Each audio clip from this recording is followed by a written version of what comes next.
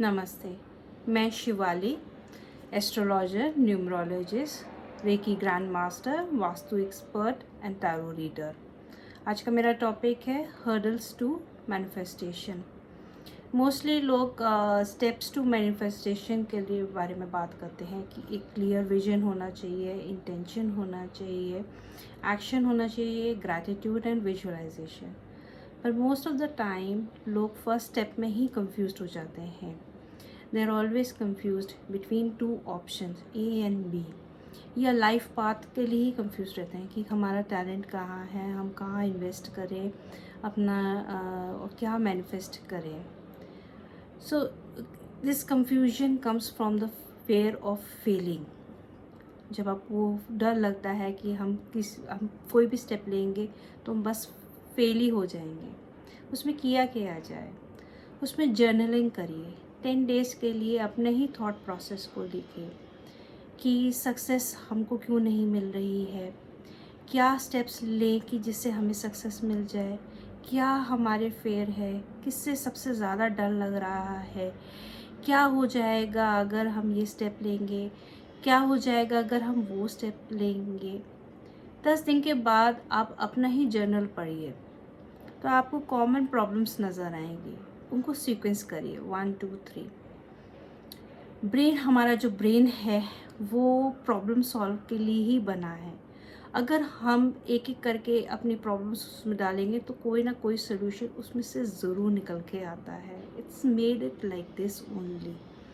तो आप अगर वन बाय वन प्रॉब्लम डालेंगे तो ऑब्वियसली द सम और other solution will come out. I give you an example. Suppose आपके बिजनेस के लिए एक वेबसाइट बहुत ज़रूरी है और आपको कोई भी आइडिया नहीं है कि वेबसाइट को कैसे बनाया जाता है, कैसे होस्टिंग की जाती है, क्या उसमें कंटेंट लिखे या क्या डिज़ाइन होना चाहिए। आपको कोई भी नॉलेज नहीं है एंड इक्वली आपके पास पैसा भी नहीं है कि आप एक प्रोफेशनल हेल्प ले लें उसको बनवाने के लिए। तो किया क्या जाए जब आप अपने ब्रेन में ये प्रॉब्लम डालते हैं कि मेरे को वेबसाइट तो चाहिए लेकिन ये हर्डल है कि मेरे पास पैसा भी नहीं है और मुझे कोई नॉलेज भी नहीं है। ब्रेन आपको खुद ही एक सोल्यूशन निकाल के देगी कि भाई खुद ही पढ़ लो, खुद ही सीख के बना लो। तो आप पढ़ते हैं, आप उसको एक लो कॉस्ट कोर्स करते हैं, अपने फ्रेंड्स से पूछते हैं, बुक्स पढ़ते हैं and finally one day you are able to build your own website for your business. Let's jump to the second point, lack of appreciation. जब आपका वेबसाइट तैयार हो जाता है अब आप फिर से कंफ्यूज स्टेट ऑफ माइंड में आ जाते हैं।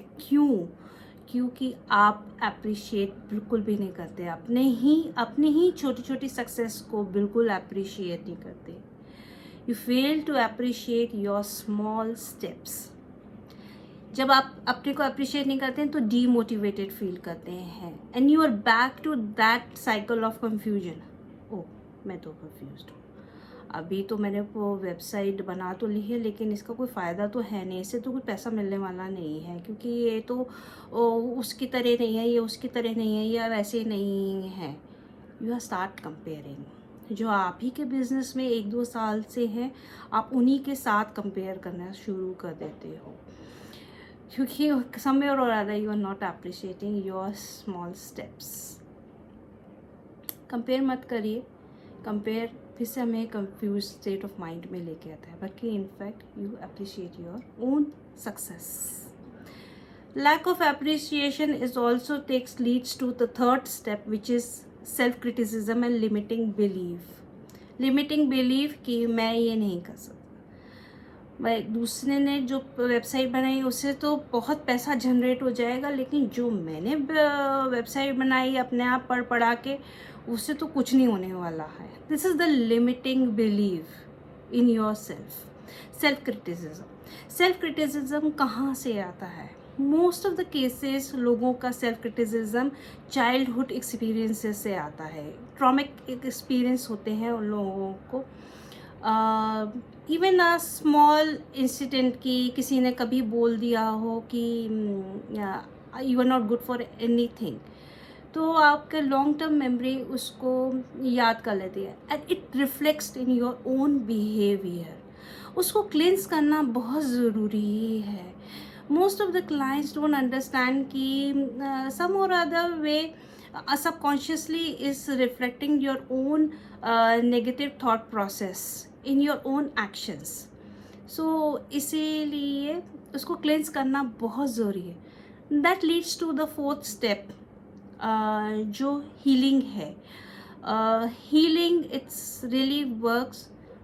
रेकी है, रेकी से हम काफ़ी चीज़ों को हील कर सकते हैं। It's it's a natural thing, इससे कुछ हार्म नहीं होता है। Second is meditation. मेडिटेशन से काफ़ी माइंड क्लेंस होता है, आपका जो भी नेगेटिव थॉट प्रोसेस होता है वो क्लेंस होता है। You get a vision, clear vision कि मुझे क्या करना है क्या नहीं करना है। So meditation is another. I recommend कि आप मेडिटेशन सीखें, बजाय ऐसे ही बैठ के 1000 थॉट्स रख रहे हैं अपने दिमाग में and you are not leading to anything. तो वो मेडिटेशन नहीं है। You learn from someone, some guru, some जो भी आपको अच्छा लगे आप उसको सीखें। So let summarise each and every step. तो फर्स्ट इज जो हर्डल है इस लैक ऑफ क्लैरिटी। आपको एक विजन होता ही नहीं है कि what you want. In that case you do journaling. Second is lack of appreciation. Try to appreciate your small steps that will motivate you to do much better in your life. Third is self criticism. Self criticism के लिए आप counselling लें या self healing करें। Fourth is healing, of course. That's not a hurdle. It's not a hurdle, it's just a solution. It's a very important solution और मेरी खुद की लाइफ में मैंने उसको यूज़ किया है और काफ़ी लोगों को रिकमेंड किया है healing and meditation, and it has really transformed lot of lives.